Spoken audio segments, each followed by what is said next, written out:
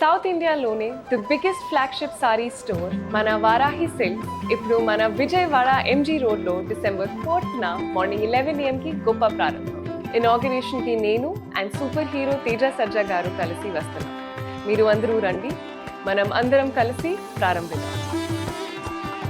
అధికారంలోకి వచ్చిన ఏడాదిన్నరలో ఒక్క అభివృద్ధి కార్యక్రమం కూడా పూర్తి చేయని రాజమండ్రి కూటమి నేతలు గత ప్రభుత్వంలో జరిగిన అభివృద్ధిని ధ్వంసం చేసి ప్రజల మనసుల్లోంచి వైఎస్ఆర్సీపీని తొలగిస్తున్నామనే భ్రమలో ఉన్నారు. ఇందులో భాగంగా వైఎస్ జగన్ హయాంలో రాజమండ్రిలో పలు కూడలలో సుందరీకరణ కోసం రోడ్లపై ఏర్పాటు చేసిన రాళ్లను తొలగించే ప్రయత్నం చేస్తున్నారు కూటమి నేతలు. దీంతో ఇప్పుడు రాజమండ్రిలో టీడీపీ రాళ్ల రాజకీయం మొదలైంది.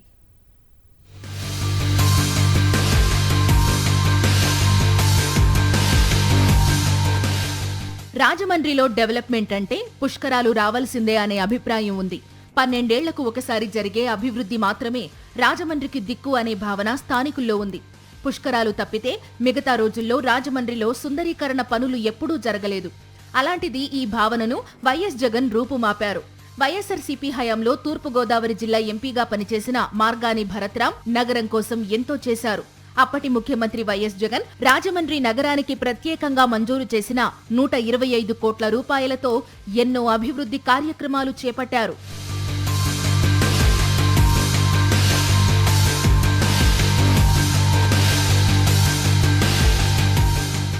పాలకుల నిర్లక్ష్యంతో దారుణంగా తయారైన కంబాల చెరువు పార్కుపై ప్రత్యేక శ్రద్ధ పెట్టిన అప్పటి వైఎస్ఆర్సీపీ ప్రభుత్వం పార్కు రూపురేఖలను సమూలంగా మార్చేసింది. పుష్కర ప్లాజా, పుష్కర ఘాట్ సుందరీకరణ చేపట్టారు. రాజమండ్రి వాసుల చిరకాల స్వప్నమైన మోరంపూడి ఫ్లైఓవర్ను పూర్తి చేయడంతో పాటు గ్రాండ్ ట్రంక్ రోడ్ పేరిట జైల్ రోడ్ను అత్యాధునికంగా తీర్చిదిద్దారు. మెట్రోపాలిటన్ నగరాల్లో ఏర్పాటు చేసిన విధంగా స్ట్రీట్ లైటింగ్, అందమైన డివైడర్లు లాంటి ఎన్నో హంగులు ఏర్పాటు చేశారు. కూటమి ప్రభుత్వం అధికారంలోకి వచ్చిన తరువాత పరిస్థితులు ఒక్కసారిగా మారిపోయాయి. గత ప్రభుత్వం చేసిన అభివృద్ధి చూసి జీర్ణించుకోలేకపోతున్నారు అధికార పార్టీ నేతలు. అందుకే ఒక్కొక్కటిగా నిర్వీర్యం చేయడం మొదలుపెట్టారు.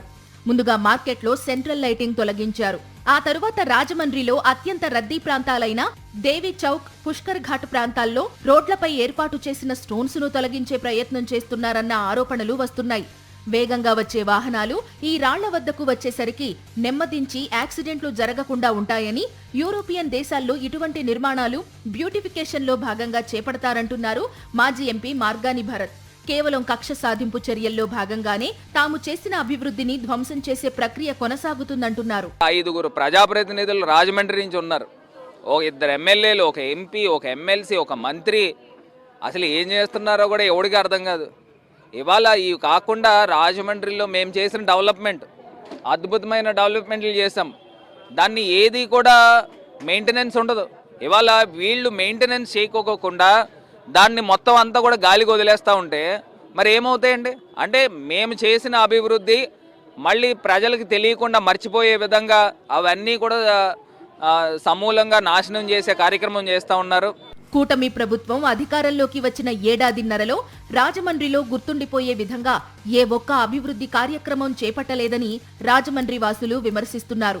ఇప్పుడు కంబాల పార్క్ ఉందండి. కంబాల పార్క్ మేము నెగ్గగానే టికెట్ తీసేస్తాం, చాలా దాని మెయింటెనెన్సే లేదండి. ఇప్పుడు పక్క నుంచి నల్లా పోతున్నామండి. ఇప్పుడు పార్కులో వెళ్ళం, జనాల మాట పక్కన పెట్టండి, పక్క నుంచి నడిచేవాడు కూడా నడతలేదు కంబాల పార్క్. ఇప్పుడు ఈటెన్ ప్లే ఉందండి. ఈటెన్ ప్లేలో ప్రతి వారం కూడా సండే వచ్చేటప్పటికి వేలాది మంది వచ్చి ప్రోగ్రాలు చేసుకొని చిన్నపిల్లలు ఆడుకొని చాలా విధిగా చూసేవారు యాపీ స్ట్రీట్.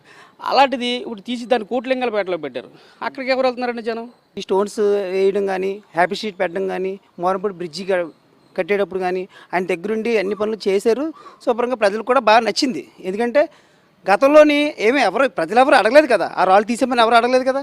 వీళ్ళకి ఎందుకు వచ్చింది ఈ ప్రభుత్వానికి? ఆ రాళ్ళు తీసేస్తానంటున్నారు, హ్యాపీ స్ట్రీట్ తీశారు. తీసి కోట్లింగాలు పెట్టారు.